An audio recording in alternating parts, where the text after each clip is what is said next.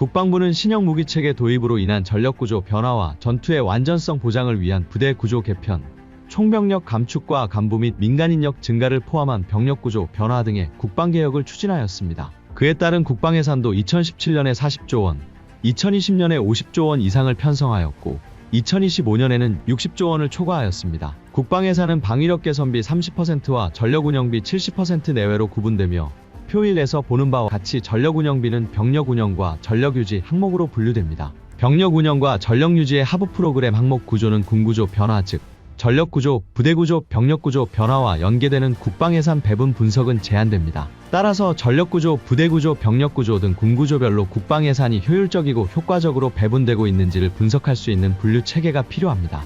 미 의회 예산국에서도 부대구조와 연계된 예산 배분 체계가 부재하다는 문제점을 파악하고 국방예산을 구체적이고 체계적으로 관리하기 위하여 2016년부터 5년 단위로 미군의 부대구조, 전력구조와 연계한 국방예산 분석 보고서를 발간하고 있습니다. 따라서 오늘은 미군의 부대구조별 국방예산 배분 방법을 벤치마킹하여 한국군 발전 방향을 제시하겠습니다.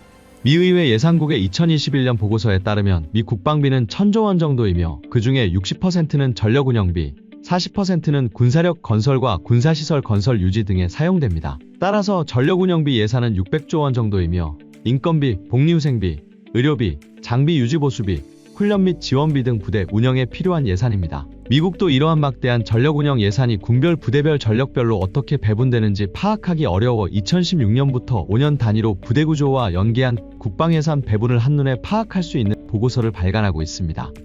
부대구조 분류는 표 2에서 보는 바와 같이 육군과 해병대는 기능별 전투부대로 분류하고 해군과 공군은 부대구조가 곧 전력구조와 연계되어 전력 유형별로 부대를 분류하였습니다. 분류된 부대에 따라 유지해야 되는 전투부대 수를 검토하고 각 전투부대별 직접 전투병력과 전투지원 병력, 행정지원 병력도 전투부대 유형별로 추가 반영하였습니다. 전투지원 병력을 판단하기 위하여 의회 예산국은 국방부가 제출한 문서를 바탕으로 전투지원 병력을 판단하는 규칙을 개발하였으나 구체적인 방법은 서술되어 있지 않습니다. 행정지원 병력은 국방부와 각군의 교육훈련, 의료지원 등의 병력을 포함하며 일반적으로 전투부대 병력과 비례하여 판단한다고 서술되어 있습니다. 미 육군의 기갑전투여단 예를 들면 전투부대 병력 중 직접 전투병력은 4040명으로 편성되며 전투지원 병력은 규칙에 따라 분류하여 8410명, 행정지원 병력도 전투부대 병력과 비례하여 3880명으로 판단한 결과 기갑전투여단 1개를 유지하기 위한 총병력은 약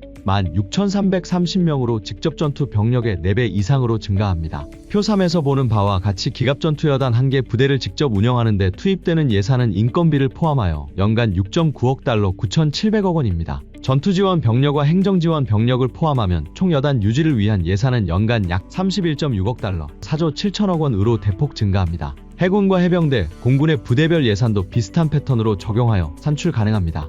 우리 군도 예를 들어 보병여단 전투병력이 4,000명, 전투지원 병력은 3,000명, 행정지원 병력은 2,000명이라고 가정한다면 한 개 보병여단 유지를 위한 지원병력과 행정병력을 모두 포함하면 9,000명의 병력이 필요하다고 판단해야 합니다. 또한 여단의 주둔지 수가 10개에서 5개로 줄어든다면 줄어드는 5개 주둔지의 전투지원 병력과 행정지원 병력도 동시에 줄어들 수 있습니다. 증감되는 병력에 따라 병력 구조를 반영한 국방예산 배분은 달라질 수 있습니다. 지금까지 미군은 전력구조, 부대구조 변화에 따른 국방 예산의 배분을 잘 파악할 수 있도록 분류 체계를 활용한 보고서를 주기적으로 발간하고 있습니다. 군별로 기능별로 전력구조와 연계한 부대구조, 즉 전투부대별 직접 전투병력 외 전투지원과 행정지원 병력도 동시에 고려하여 전투부대 수가 증감함에 따라 지원 병력 수도 연계하여 증감하고 그림 1과 같이 군별, 부대구조별 예산 배분 내역 파악이 가능합니다. 그러면 한국군은 전력구조, 부대구조, 병력구조 변화와 연계된 국방예산 배분은 체계적이고 지속적으로 잘 관리되고 있을까요? 국방개혁은 순조롭게 마무리되었다고 할 수 있지만 향후 국방혁신을 추진하는 데 있어 군별, 조직별, 기능별, 병력별, 전력별 국방예산 배분의 변화 파악이 가능한 체계가 부재한 실정입니다. 국방개혁 추진 내용을 살펴보면 신형 무기체계 도입과 연계하여 육군은 제대별 임무 범위를 확장하여 야전군사령부, 군단, 사단수는 축소하였으나 여단수는 증가하고 대대수는 큰 변화 없는 부대구조로 변경하였습니다. 병력구조 변화는 단기간에 상사 계급은 대폭 증가하였으며 병사는 대폭 감소하였고 군무원은 대폭 증가하였습니다. 대대별 병력수는 감소하였으며 직업성 보장을 위한 병력구조를 피라미드 구조에서 항아리 구조로 변화시켰고 부사관 근속진급 도입, 병력 획득 제한에 따른 병감축으로 임무와 기능, 전력의 변화가 미미한 부대도 단순히 간부화를 지속적으로 추진하여 간부 특히 상중사 등 상위 계급이 많이 증가하는 병력구조로 변화하는 결과를 초래하였습니다. 이러한 전력구조, 부대구조, 병력구조의 변화를 지속적이고 세부적인 분류체계와 심도 있는 분석 없이 미래를 설계하고 예산을 배분하고 판단한다는 것 자체가 모래 위에 성을 쌓는 것과 유사합니다. 이러한 문제점을 해결하기 위한 부대구조, 전력구조, 병력구조 변화에 대응 가능한 한국군의 발전 방향을 다음과 같이 세 가지로 정리해보았습니다. 첫째, 부대구조 분석을 위하여 육군과 해병대는 기능별 제대별 부대를 정리하고 해군은 육상과 해상부대로 구분하여 육상은 제대별 부대 구분, 해상은 함영별 부대 구분하며 공군은 항공기 유형별 대대와 관제부대, 미사일 포대와 제대별 부대로 분류해야 합니다. 조직 및 정원관리 훈령에 정리된 각군의 전투부대, 전투지원부대와 전투근무지원부대, 행정부대 등 기능별 부대 구분은 전력구조, 부대구조 변화와 연계하여 분류하기에는 제한되어 국방예산의 효율적인 배분을 위하여 새로운 분류체계 구축이 필수적입니다. 분류체계가 구축되면 군별, 기능별, 제대별, 전력별 증감 파악이 전체적으로 가능합니다.